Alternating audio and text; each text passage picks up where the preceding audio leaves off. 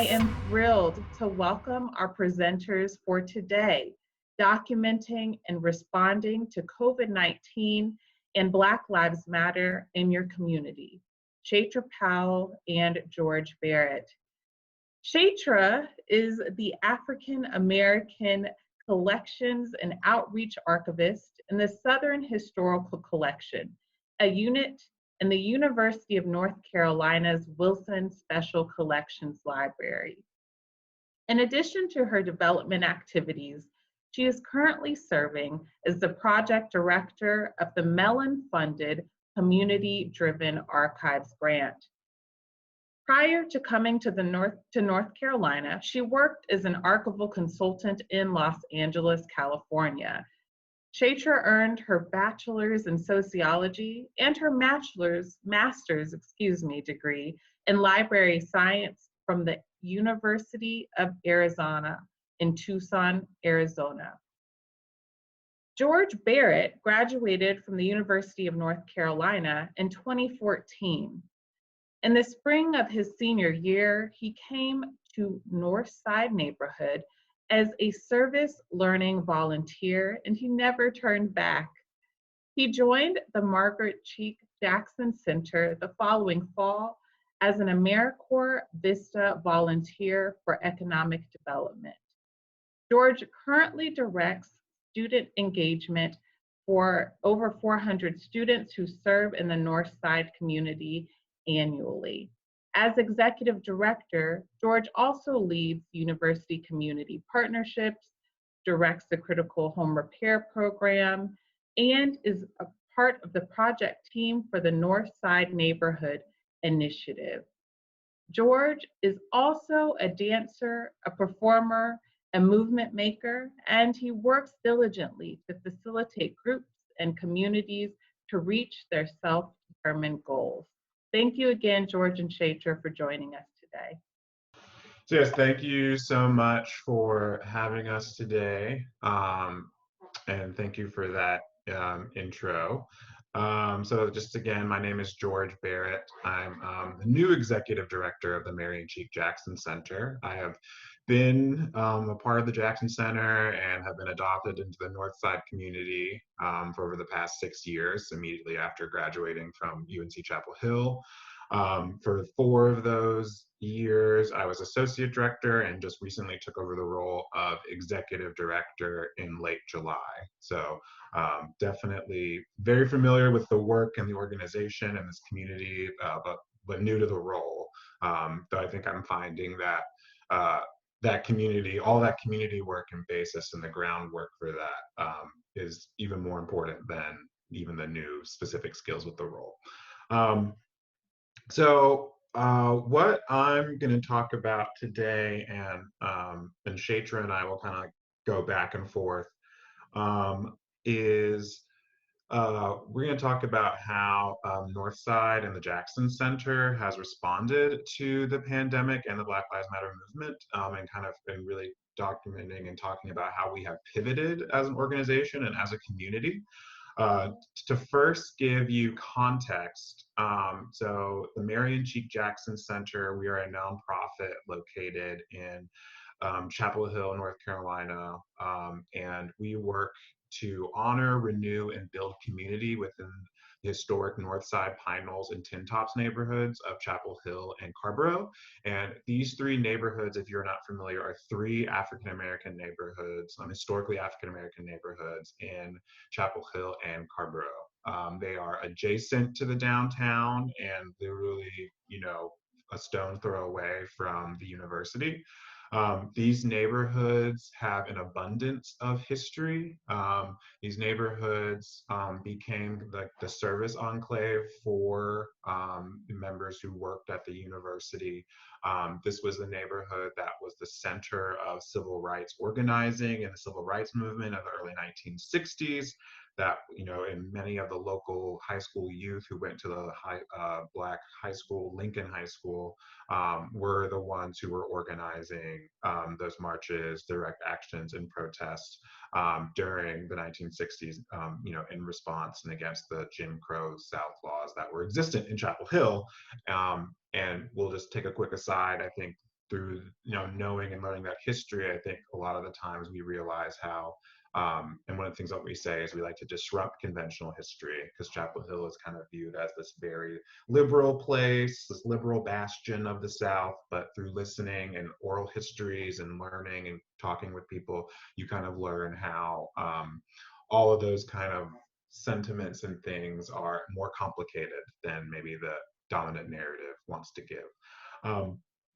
And so, yes, these neighborhoods also have a huge history of organizing. As I said, these were the neighbors in the 1970s organized against urban renewal that tried to happen in Chapel Hill.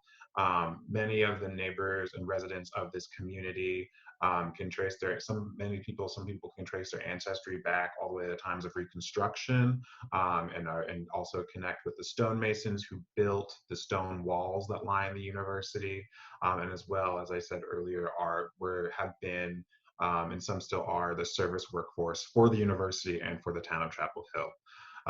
Currently, the neighborhood is continuing this history of organizing and community justice and working to preserve the future of these neighborhoods. Starting in the early 2000s, there was a significant increase in investors buying properties, usually under for what they were really worth, flipping them, turning them into 6, 7, or 8 bedroom student rentals, investment properties, and then as a result, pushing up the property taxes of neighbors who have lived there for their entire lives, bringing a whole new group of students, mostly white students who are in the neighborhood, young white students are in the neighborhood who don't know this history, changing the quality of life, which was leading to some displacement that was happening of mostly the long-term elderly Black residents. But this neighborhood, as they have done for generations and for decades, banded together and is continuing to lead a lot of housing efforts that are sustaining and actually fighting back against what you would think about as gentrification, or more specifically, in our case, studentification. So the Jackson Center was officially established in 2009, but work leading up to that establishment was happening for 5, 6, 7 years previously. Before the Jackson Center was anything, it was kind of this like ragtag bunch of people. Them were a mix of neighbors, some individuals from the university, students, clergy, local church leaders, who are coming together and organizing and trying to figure out how can we sustain this neighborhood that has been here for so long. And one of the ways of the initial starting to do that was through an oral history trust. And so in 2009, when the Jackson Center was founded, it was originally holding 50 oral histories and oral history trust and it was very specific that those oral histories were housed within the neighborhood and not at the university. And then from that listening, from that work, things kind of grew out of it to where now, 10 years later, we are an oral history and public history based organization, but we do 3 kind of main strategies and work directly with our neighbors for these strategies, which are organizing and advocacy. So that's community organizing, affordable housing advocacy work, and retention of long-term residents. Our second strategy is youth and education. So we do civil rights and oral history-based education through K-12 schools, educating around 3,000 kids a year on the local civil rights history that is in the town that they live in. And we actually have neighbors previous to COVID who were going into the classroom to tell these stories of what it was like to be part of the movement and in the movement, as well as celebration and connection, and really renewing, honoring and renewing and inviting a new generation into the traditions, values, celebrations that are so central and have been the glue for this community, because this is a close, connected community that has sustained for so long on faith and continues to do that. So we started with oral histories, but we have blossomed into something larger. So now that you have some context with that, in March, what I'm going to do is kind of just start to walk through some of the things that we did as an organization and as a community in response to COVID.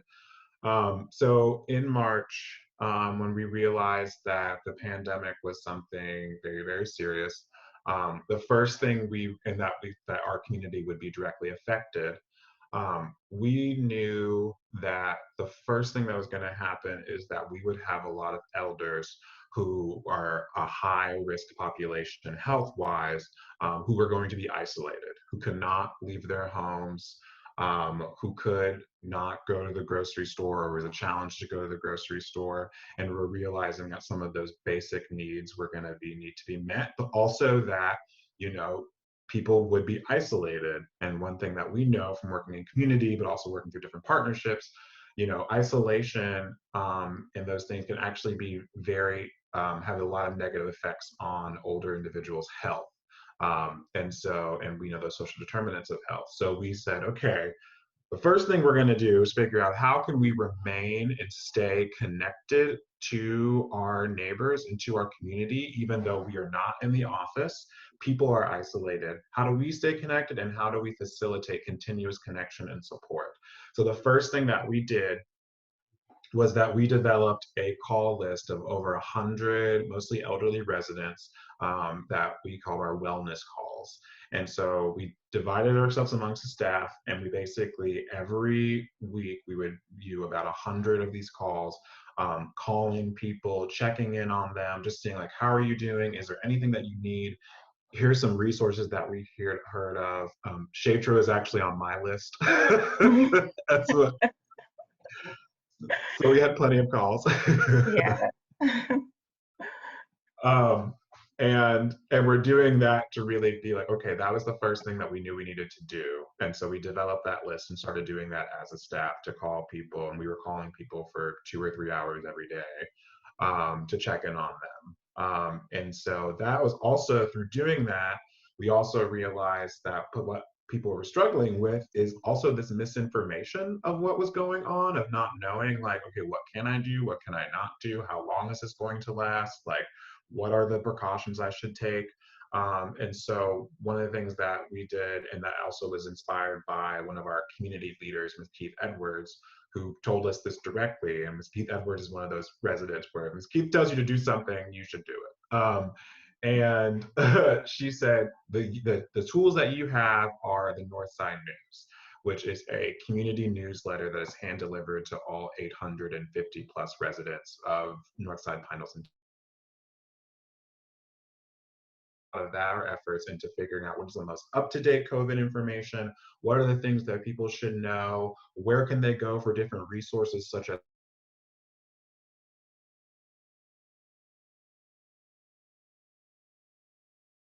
table. We were just trying to figure out what were the resources, and we put all of that into the Northside News, and distributed that and did a target distribution to mostly to our elderly residents, as this initial with the wellness calls. And the third thing that we did, and this is what I'm going to show you, is that we said, okay, we distribute these resources and try to make connections to different resources in town, but also we're going to do what we call walks, which were once a week on Wednesdays. The staff would come together wearing masks and be socially distant, and divide and conquer and walk through the neighborhood, calling people and seeing if people wanted to come out on their porch to wave, say hi, check in on them. But also one of the things, and this is kind of the artistic element of the Jackson Center, is we sang to residents.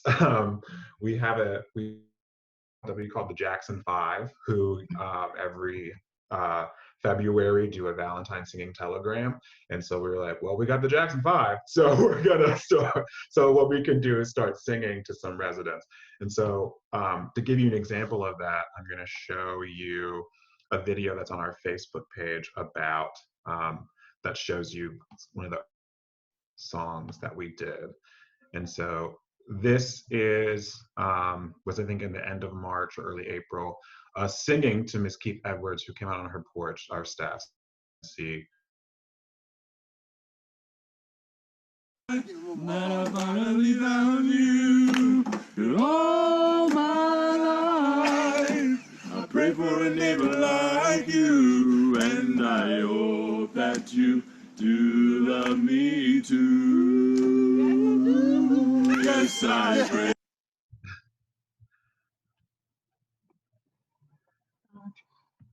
Okay. So It's those little things, doing those little creative things. So those were kind of the first things that we did. Chaitra, I know, you're a neighbor, and and I was calling you, and we were also Yeah. walking by you. I don't know if there's anything that you want to add from being a neighbor, from what you were seeing from those first initial times, for weeks of the pandemic. Yeah, all this time I never knew you all had a name, Jackson 5. Thought y'all were just the singing folks from Jackson Center. It's like internal, but it's like not. I don't know. And it also strikes me too, George, that I moved to Chapel Hill in 2014. So in these 6 years, just watching like both of us be like enveloped by this neighborhood is really cool to see it reflected as we present together. And the other reflection I have is this idea of care as a form of activism. I know you haven't had a chance to get into some of the BLM stuff that you all have done specifically, but for a lot of the history of African Americans in this country, survival is like the most radical thing that you can do. So I might jump in a little bit just to talk a little bit about why I'm here, and then we can come back and talk more about what we have in common. For you all just to know, and this also struck me in my intro when I was thinking about so I'm an archivist in this department, in this library, in this university, in this neighborhood. And I think that kind of insulation certainly is one of the contributing factors to why I'm so energized with this work around community-driven archives. And so for folks that might not be as familiar, there is kind of this dichotomy in the world of libraries and archives where institutions like the University of North Carolina, like public libraries, they're usually staffed by people with degrees in library science or expertise in library management, and they make decisions about what should be kept and what shouldn't be kept and how do you catalog things. And there's all these rules and procedures that certainly contribute to the professionalization of the field, but it can also serve as gatekeepers to people with marginalized histories or folks that might not always feel welcome in those spaces.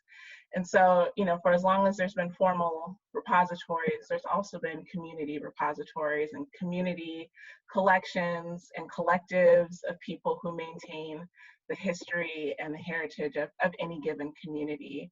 And I will say, before I worked at UNC and I was in Los Angeles, I worked for a community archive where a woman just decided that she wanted people to know that Black people had done great things. Her name was Mamie Clayton, and she managed this collection of over 1 million items related to African American history. And she did it in her garage. And people like Alex Haley visited her to, do genealogy research. She had a very impressive collection. And when she died, she kind of put it in a public trust and maintained that ethos of community archives. And so this is foundational for me. So even when I get to a place like UNC, I'm always wondering, where is community? How do we kind of marry our resources and expertise, authenticity and heart of community archives? And we're really intentional about our program that it's community driven. So how do we think about community and accept wherever that lands? Sometimes it does not make sense for communities to work with institutions, and that's okay. And sometimes there are ways that we can support each other that are mutually beneficial. So with that in mind, in 2017, we got this grant to explore tools and strategies to support community-driven archives. And because we are the Southern Historical Collection, our partners kind of span across the region. And there's all these, different outcomes, things we've worked on with different folks. But I think the most important outcome of our work has been this notion that the libraries can connect differently to our communities.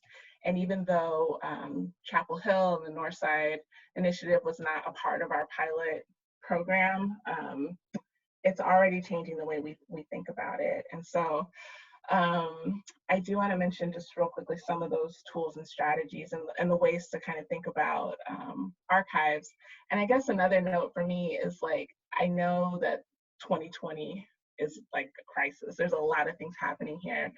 but the precarity of African American collections is as old as dirt. So this is like the same questions, the same concerns. What do we preserve? How do we collect it? How do we make sure our voices are part of these larger narratives? Like, it's ongoing for me. So it didn't necessarily trigger a different kind of response.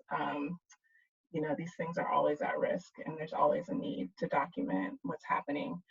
But just as like a quick primer, so, you know, this is, you know, I can accept that this might also be a little informed by my experience in library science, but we try to think about what are we collecting, how are we describing it, and how are we making it available to other people? And so what are we collecting, I feel like, is really the value proposition for community archives.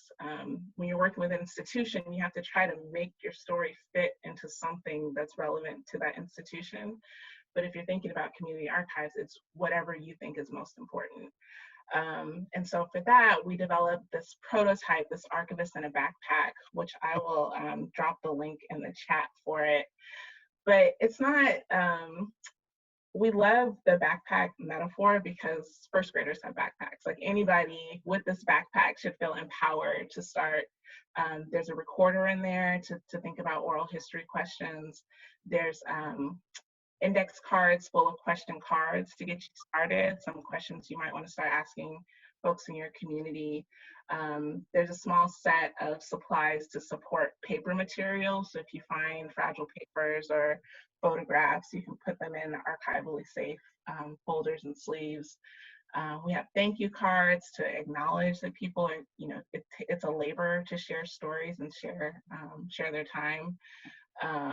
We also have like little Swiffer pads, which is just like a little tool of the trade to carefully clean pictures. So, you know, the list for the backpacks, we gave them away to our partners, but certainly anyone could build them. And so that just try to demystify, like, you know, the things that you care about, there's a good chance that other people will care about. And the people that you want to hear from, there's a good chance that others want to. So trying to empower people to get started. Sometimes just having the tool is enough to get people started. We have also developed a series of webinars from different people in the libraries to talk about specific things. So we have an oral history webinar from one of our professional oral historians.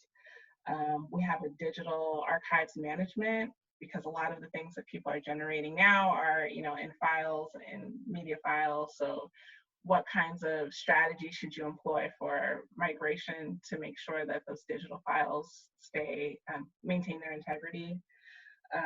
And also some ideas for a spreadsheet that you might want to start describing the things that you collected so that you can access them again later. And then we also give a lot of best practices for how to share the stuff out. So social media is great, you know, Facebook and Twitter, but you want to make sure that you are backing that stuff up, because at the end of the day, a lot of it is really proprietary. And if Facebook closed down, you wouldn't want all of your archival stuff to disappear. So trying to just do a lot of education for people about the best way to manage materials over time. And also helping communities think about exhibits and storytelling, and how do you piece together different parts of an archive to tell a more comprehensive story about a place. And so we have lots of examples of websites and exhibits that people have created through the course of our partnership. So those are just some of the things that are just tools that are available for people. But like I said, I really think the approach is the most important thing. That, you know, communities aren't just, you know, things to take and bring. You know, the stories of communities don't just, you know, need to be vacuumed up into institutions. They have a power and a utility outside of a reading room. And, you know, how can we try to understand what communities need and what's within our power? I mean, there's certain things that we're always going to have to do, like we feed the machine of academic scholarship, but with the space that we have remaining, what can we do to be a partner in communities and not just a extractor? So yeah. Let me put that link in there. I don't know, George, if there's anything to bounce back on from that. Yeah, no, I think, and also if anybody has questions or want to jump in, you can totally put it in the chat, or I think maybe Adrian might be facilitating some questions. But basically, if you have questions that are being inspired by anything that we're saying, we're both like, can stop talking for you to ask those questions. Yeah, I think, Chaitra, what you made me think of directly is how, you know, with oral histories, especially oral histories in communities and Black communities, it's definitely way more than the interview. And and we very much, you know, North Side, we know and are aware of the history that the university has had with this community, as kind of using it sometimes as like a scholarly laboratory. Or, you know, we have students, undergrad and graduate students all the time, who will call us wanting to do interviews with neighbors for projects about gentrification or projects about the history. And it's like, one of the things that we initially say is like, well, you might actually should initially go maybe to UNC libraries or to other archives of the DTH, because these questions actually have been asked before many a times. And we explicitly do not connect, like, you know, scholars who we don't know to neighbors for interviews, because we acknowledge that history. And so also with that, you know, and connecting with that, especially connecting oral history as an oral history based center, I think those skills came up specifically in this pivot during COVID, when we were doing these wellness calls, because we are all on staff kind of like have, you know, some basic training in oral history, but also just like knowing that we view oral histories as a relational activity, as a way of like not just getting information, but as a way of like exchanging and like building relationships and getting to know each other and sharing, and then continuing that relationship into action. I think that was very much still at the core of our approach when we did the wellness calls, because when we were doing these, we were asking people how they were doing, but we were saying like, is there anything that you're having an issue getting access to? Or are there any challenges that you're having? And then also knowing from oral history, the best question is the follow-up question. So then there's lots of follow-ups to those. And that kind of is how all of the different programs I'll go in talking about that were in response. And they emerge through listening, and they emerge through not going in with an idea of like, this is what are the things that like you are being challenged with, and how can we help guide us. Yeah, I feel like that memory, I mean, in COVID, it's relational and it's getting to know you. Like, I remember learning all about your Hornets jerseys from growing up in Charlotte, and just getting to know you. And it wasn't that the things needed to be recorded and part of this historical record. Like, you know, I guess it's just like a difference of looking at it. Like, are to sit on a shelf, or is it something that could be like activated and be the basis of like change? So sometimes I would run into some challenges with my colleagues or administrators, like where we, like for instance, we went to Princeville and we had the backpacks and we were in a senior center and we were working with people and we were recording, but we were not recording with an eye to like, we have these very specific questions, we're gonna collect this and catalog it and it's gonna be great, which there's a role for that. But I thought that the bigger takeaway was like the catharsis of someone sitting across from at this point, it was like Central graduate students that were just like partnering with us. And so that intergenerational thing was really powerful. And just a chance to share, like, this is what the flood meant to me. Like, what, like, to see her, you know, the other person's face, and that conversation was great. And I could see us going back, like, all right, so now let's do like a formal interview, but just getting to know each other on the first shot, like, you know, having things recorded in that sterile environment can kind of be a turn on. Yeah. And I think and bouncing off of that, for us, when we did the wellness calls, like we divided those calls based on who on staff had specific relationships that have been formed over, for some people, multiple years, for some people, a decade, as a way of like doing it. It wasn't just like, okay, call people and like check that you call people off your list. which is why they took a long time, because you would call somebody and then 30 minutes later you'd be like, oh, Ms. Johnson, I literally have to go. Like, but people haven't been able to talk to people like that much, like in this time. So those connections, like I know I'm saying it over and over again, but like those connections and those relationships, and I think what we're realizing now continuously is, and again, in the spirit of the neighborhood, what sustains us as a community is those relationships and checking in and seeing how people are doing and taking the time. And so, you know, that's essential. And then also through, again, like you're saying, through those conversations, through the wellness calls, that's when we started really hearing like, oh, there are some gaps that we could fill. And initially, one of the things we were realizing is that we could fill a gap in terms of basic needs, in terms of food. So, you know, we had, through these calls, you know, we were telling people about like the different foods, like distribution sites, the different food distribution sites of the town, the things that the county was doing, the food bank was doing. But we heard a lot of people be like, well, like I don't drive, so I can't, you know, get to that. Or like, well, my daughter's not going to be here for another like few days, so like I can't do Wednesday, I can't go on a Wednesday. And so through those conversations, we were like, okay, how can we take this, mobilize this, and kind of fill that gap? So what we did is we adapted one of the programs that we are in a partnership with called Heavenly Groceries, which is a partnership between us and St. Joseph CME, which is the church literally right next door. And unfortunately, Heavenly Groceries, it's a St. Joseph's ministry, but unfortunately it had to stop because most of the people who run the ministry are elderly women who are in their 70s, 80s, and sometimes even their 90s. And also the church was closed. So what we did is we reached out to the town of Chapel Hill, and we set up a partnership to where on those Wednesday just large distributions, when people would come to at this time it was at the library, would come to the library, we would take the Heavenly Groceries van and we would go to the library. We would load up. We started with about 15 boxes, and now it's around 50 boxes. We would load up. They're probably like 20-30 pound boxes of food, and then we would bring that back, and then we would directly distribute them to neighbors in need, in connection with Porch, with Food Line gift cards.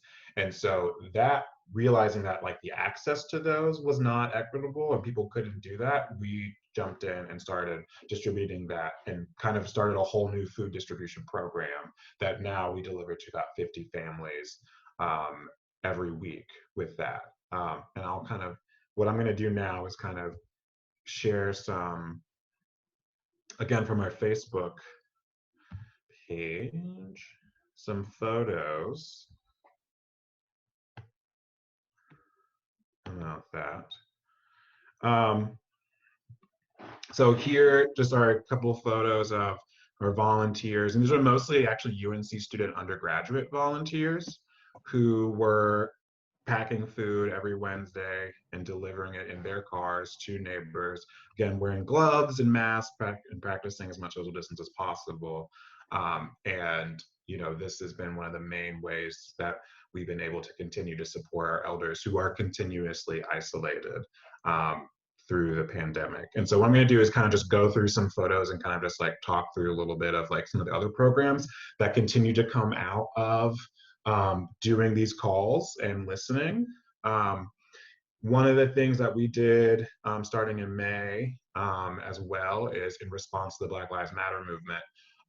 You know, we realized that like one of the places that the Jackson Center can serve in the larger conversation, but also directly in Chapel Hill, is also giving that historical context, is doing that education to the larger community about like this, what's going on, and the murders of Black bodies by the police is not an isolated incident. This is connected to a larger history of our country of systemic racism. And here in examples, and we were able to give and do a lot of posts and communication about the specific Chapel Hill history directly relates to the movement that was happening right now. And so we posted a lot of historical photos from the civil rights movement. These are photos by Jim Wallace, who was a DTH photographer of the North Side, Pine Knolls, and Tin Top community. And we were posting a lot of these. As well, we were using that history to figure out, okay, how do we adapt our education program? Because we can't go in the classrooms because the classes are literally closed. So what we did is we actually created what these are called family activity bags. And so adapting workshops that we do in the classroom, Andrea Worth, who was our director of education, she adapted these workshops into these bags to where we actually had activities for kids, and these are mostly elementary school kids who are home, who were able to do different coloring things. That was like a coloring book of the Mighty Tigers, which was the Mighty Tigers from Lincoln High School, which is the historically Black school, or a scavenger hunt that's based on the historical context of the neighborhood. And things such as that. We're giving kids at home activities, but they were based in the history of this neighborhood and local Black history. And so that was how our education work pivoted. And now we're looking to do, we started with 150, and now we're looking to do about 800 bags this year. And let me just keep going just to give you some more examples of the bags. One of the things that evolved in the beginning of June through conversations is we realized people were like, we miss going to the senior center. I can't see my friends anymore. A lot of these activities, a lot of our seniors that are so essential to them, were not able to happen anymore. So we decided, well, let's adapt that. And we made a virtual bingo that we now have once a month, where people call in or Zoom in via Zoom, and we distribute these bingo cards to about 20 residents every month, and we have virtual bingo. And we actually have one this Saturday as a way of really doing that joy making and continuing to do that connection work even on the virtual, which actually we were hesitant because we were like, how are people, especially elders, going to interact with like the virtual Zoom world? But actually people were like, fine. It wasn't too big of as much of a burden as we thought, especially because we did a lot of that groundwork of like giving people the call-in number, calling people and instructing them how to do it. Like there's a lot of like direct touch that has to go into making this happen. And then one of the things that we did is each month, whoever wins each month gets a bingo champion yard sign. So also promoting very healthy competition within the neighborhood. Wonderful. So George and Chaitra, we've actually received a few questions within the chat that I just want to bring your awareness to. One was a comment as well as a question going back to a statement that Chaitra made about crisis, that we are currently in a time of crisis, but we are also navigating the constant reality that Black heritage and Black people are in a constant state of crisis. How can institutions reorient themselves to this work within that frame of mind? Kind of observing that the time to do work is not just, in these times where it has been brought to a larger cultural awareness, but there's always time to be doing this work. Yeah, that's a great question. I mean, I'm not trying to predict the future, but there's something really interesting about this moment. I feel like people are not afraid to say anti-Black racism or talk about the need for Black people, Black women in particular, to be centered and to be, encouraged to contribute. And so I just feel like things like that and like bringing permanence to those voices and those roles, whether it's, permanently funding positions or designing initiatives that where there are people, similar to my position in that like my title is African American Collections. And so that is like a really strong statement that this thing is going to be important to us in the long term. Like it's not on soft money, it's a part of our team, So I think investing and kind of putting our money where our mouth is, like, all of these brands are saying like, we're gonna do this differently in community, we're gonna talk about these things differently, seeing those actions unfold I think can start to get people in the frame of mind that this isn't something you can just gloss over or stop doing after this moment. Yeah. And I think what I'm hearing from you too is about particularly with oral histories, that it's about long-term relationships. This isn't necessarily just a one and done, we want your stories, as Chaitra said, being an extractor and then leaving. It's what can we do within these communities in a bigger picture. Yeah, for sure. Yeah, and I think for something I've realized from doing this work too is that you always have to adjust your timeline, because your timeline needs to go with the timeline of the people who you are working with. I think, as institutions, at least from what I see too from the community and in interacting with the institutions, sometimes the institution's timeline is unreal. Whether that's they have a really tight timeline and they want to get things, so they want to get information, so they acting mode of just give me the as much information as possible, which is oppressive. Or they're on the flip side, sometimes institutions and bureaucracies work too slow for how community works, because what we know is that community conversation happens really fast, things are done in passing, so I think as an institution, if I could, I would say, I think institutions might want to rethink about okay, what's our timeline, and actually how is our timeline following the community's timeline, because I think even that simple thing can get into the way of not only challenges, but then actually that institution working from an oppressive model that has extracted a lot of histories and information, values, and stories from Black communities, and then not given anything back in return. Yeah, I mean, it's very real in the Jackson Center and with the SOHP. I can recall the oral history collection about tigers, the alums, a white researcher who interviewed these people back in the 80s or 90s, but because of the restrictions on the attendance, or the alums themselves couldn't access the interviews.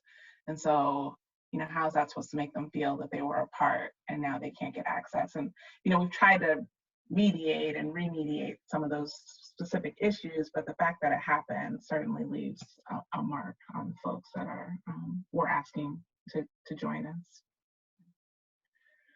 We've also received a few different questions from Jennifer, who's coming to us from ECU.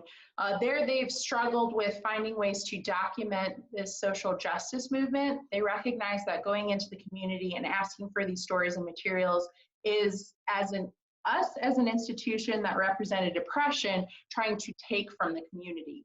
With COVID-19 documenting, they started a site and encouraged groups to contribute. This doesn't seem appropriate for documenting the social justice movement. Do you have ideas for an organization that doesn't have the financial resources to provide materials for them, or to do it themselves? Do you think there is a middle ground where they could document for them but still give them a feeling of ownership? Are there ways that you suggest they approach community members maybe wary of the overall institution? Yeah, we've been talking about that a lot in our conversations on the grant, especially as the grant is wrapping up. And there's certainly no one size fits all. I mean, in some of our partners, we've been able to flex gift agreements so that people are able to get what they need in a fairly traditional model. Some places have great community organizations like the Jackson Center that can be a place for heritage that's not tied to institutional structures. We were thinking what are communities asking for that makes a new approach necessary?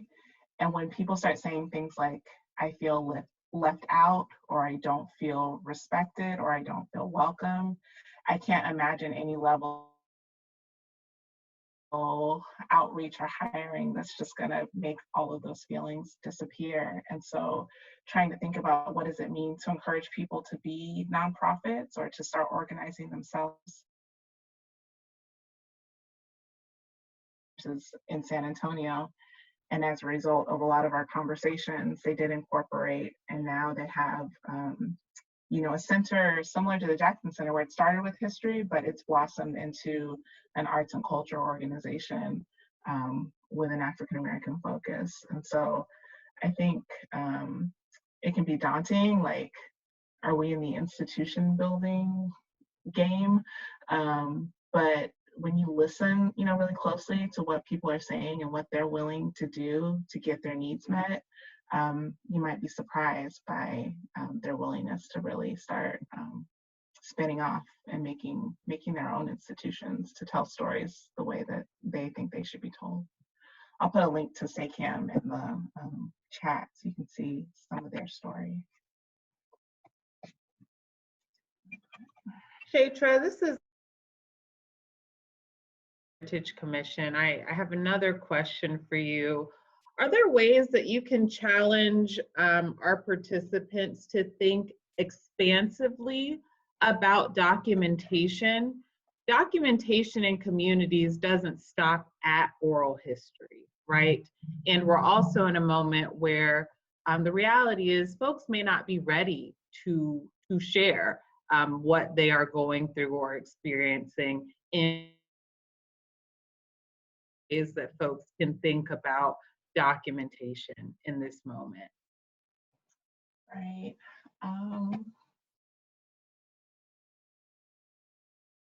And it's something that I always, and I feel like I talk about this with my role on the community review board too, is like, what if you moved to Northside, you know, 10 years ago, and so you're not as steeped in the civil rights history, but you do have an experience of being a part of this historic neighborhood and the diversification of it. Like, how do you contribute to the Oral History Trust? So I feel like people should feel empowered to think about art and music and journaling and you know, photos, you know, all these things that document our lives. I always have to tell people the archives are like everything and nothing at the same time. Like, we're all a living archive and we're all generating archival items all the time, and we throw them away, we rebuild them. And so, you know, the percentage of stuff that's actually kept to tell whatever story is so small. And so, you know, to just have an awareness of like, is this thing reflecting something meaningful, and start to think away, tucking it away, and maybe making a decision at some point to donate that, or to sell it, or to share it, even if it's just with your family, I think could be really powerful. Yeah, I agree with that. Something that, Chaitra, you make me think about, but I'm not a documentarian, so this is coming from kind of just more, this is coming from a perspective of the work that I do, which is not as much the like documenting or archiving work. Is you do make me think about, for instance, when we go back to our wellness calls, one of the things that we did is we developed this like master spreadsheet where you could take notes around like who needed what. And also we created a spread with that spreadsheet. It was like, you literally could say like, who needed what, who was going to deliver that to what, was it resolved, anything that we learned from that. And that was just what we were just using to operate, just to be like, hey, did you get so-and-so like paper towels? Did you get that person a Food Line gift card? But you do make me think about, like, I feel like in looking back on it, that's literally documenting what was happening through a like lens of like service and kind of basic needs and response. But also a lot of those are like not just like literal service things, but people just saying like, I'm fine, but I am really tired of being isolated, and like this sucks and I'm lonely, like, and please just call me 2 or 3 more times. And so I just feel that though that spreadsheet, that master spreadsheet, is telling a story about what has happened during the pandemic in our neighborhood. And I don't know where that launches off to, or if that launches off to, if it's even right to launch off that to anywhere. My initial thing is like, no. But I mean, in the terms of like different ways of documenting, like maybe a way of documenting is like literally documenting the work that you're doing, like especially if it's work in service with communities, support community in some type of way, like the organizing work, like that's documentary. That's seeming to be documentary work in my, now I'm thinking about it. Right. That's an important kind of acknowledgement, because that's like the work of the curator in a library like ours, where it's just like, there are some people who feel like everything that they've ever touched is archival and they want to donate it to us. And we're like struggling to like tell them that the more we deal with, you know, every letter you ever wrote, the less we can deal with something from the Jackson Center or something from this Black community that wants to share with us. And so it's like, how do you like turn the volume down on some people and like turn the volume up on other people? Because, you know, I know we're not neutral and like the landscape isn't balanced, but, and that's kind of, I guess, related to that other question of like, can you center Blackness and Black stories and say, like, we've done it another way for 90 years.